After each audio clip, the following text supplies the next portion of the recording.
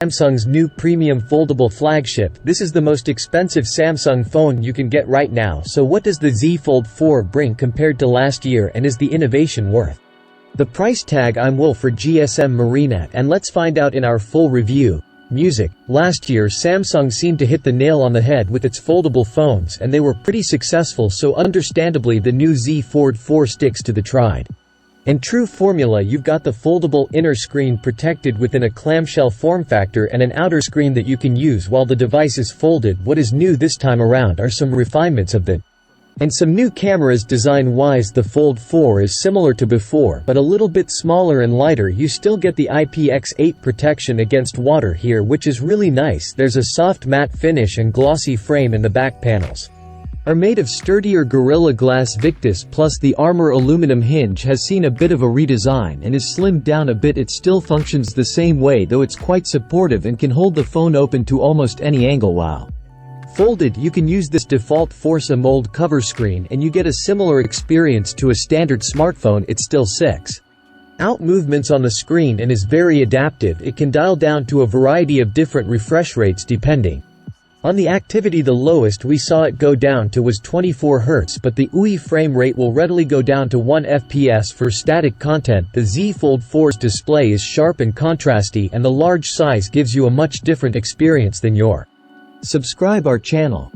Typical smartphone colors are very accurate, and you have options to tweak them in settings, and you get support for HDR10+ as well. The brightness of the screen is impressive too. We measured a maximum of 800 nits with a manual slider with the extra brightness toggle on, and this can boost over 1000 nits in auto mode when out in the sun. The Z Fold 4 also has stylus support, but it requires a specific kind from Samsung with a tip that won't scratch the display. For audio, the Z Fold 4 has a pair of stereo speakers, one bottom firing and one top firing. Loudness wasn't impressive with a score of just average in our test, but the sound quality is very good with nice vocals and treble and some bass.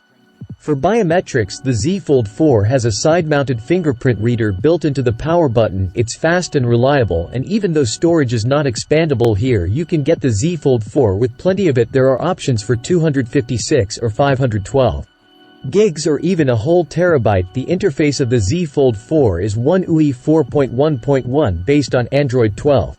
It's the same feature pack UI you'd get on other Samsung flagships, except for a few specific features for the unique form factor. One handy feature is the taskbar, which floats on the bottom. It provides quick shortcuts to your dock icons, and also recently used apps. Flex mode allows apps to take advantage of the two halves of the folding display. For example, in some apps you can use the bottom half as a touchpad to control the upper one. The Z Fold 4 also offers advanced multitasking options to take advantage of the screen real estate. It's quite easy to open multiple apps side by side in a split screen. You can change the orientation of the split on the fly too. You can have up to 3 split screen apps and 5 apps in pop-up windows. That's 8 apps open at once. Besides that, it's a pretty standard Samsung UI. You can find out more about One UI 4.1 specific features in our dedicated video. A new flagship deserves a new chipset, and that's just what you get with the Z Fold 4.